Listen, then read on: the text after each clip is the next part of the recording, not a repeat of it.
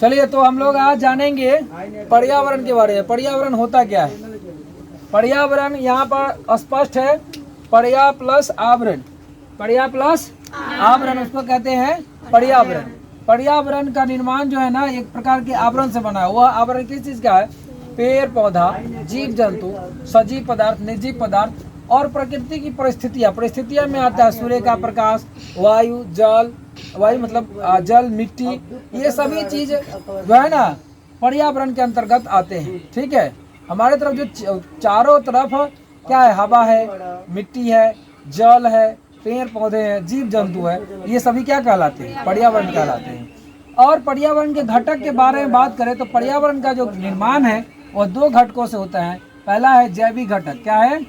दूसरा है अजैविक घटक। जैविक का मतलब हुआ जिसमें जीवित प्राणी आता है, ठीक है, जिसका निर्माण जीवित प्राणी से होता है उसको कहते हैं जैविक घटक। और जिसका निर्माण मतलब मृत प्राणी से यानी कि निर्जीव प्राणी से होता है उसको क्या कहेंगे? अजैविक घटक। जिसको बायोटिक कंपोनेंट्स जैविक और अबायोटिक कंपोनेंट्स मतलब अजैविक। इसमें पेड़ पौधे, जीव जंतु, सूक्ष्म जीव आते हैं और इसमें आते हैं मिट्टी, खनिज लवण, वायु, चट्टान इत्यादि आते हैं। ठीक है, अब ये इनसे क्या होता है? पर्यावरण का निर्माण होता है। अब इसमें क्या होता है? जब पर्यावरण में जीव जंतु पाए जाते हैं तो उसे भोजन की आवश्यकता होती है। भोजन खनिज पदार्थ लेते हैं तो उन पदार्थों का क्या होता है? चक्रीय रूप से प्रवाह होता है और जिस पथ के माध्यम से वह जाता है सजीवों में वह कहलाता है जैव भू रसायन चक्र। क्या कहलाता है? जैव भू रसायन चक्र।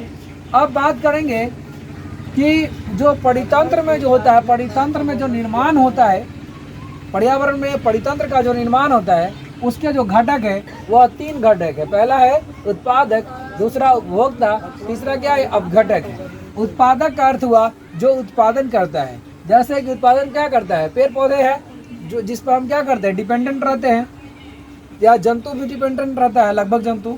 तो जो पेड़ पौधे होते हैं वह क्या कहलाते हैं? उत्पादक कहलाते हैं। और उपभोक्ता होता है उस पेड़ पौधे को जो खाता है वो उपभोक्ता हो गया। क्या हो गया? उपभोक्ता। जैसे कि हिरन हो गया, बकरी हो गया, उसको क्या करता है? खाता है। इसके अंतर्गत तीनों जीव आते हैं, मांसाहारी, शाकाहारी, सर्वाहारी, ये तीनों जीव आते हैं।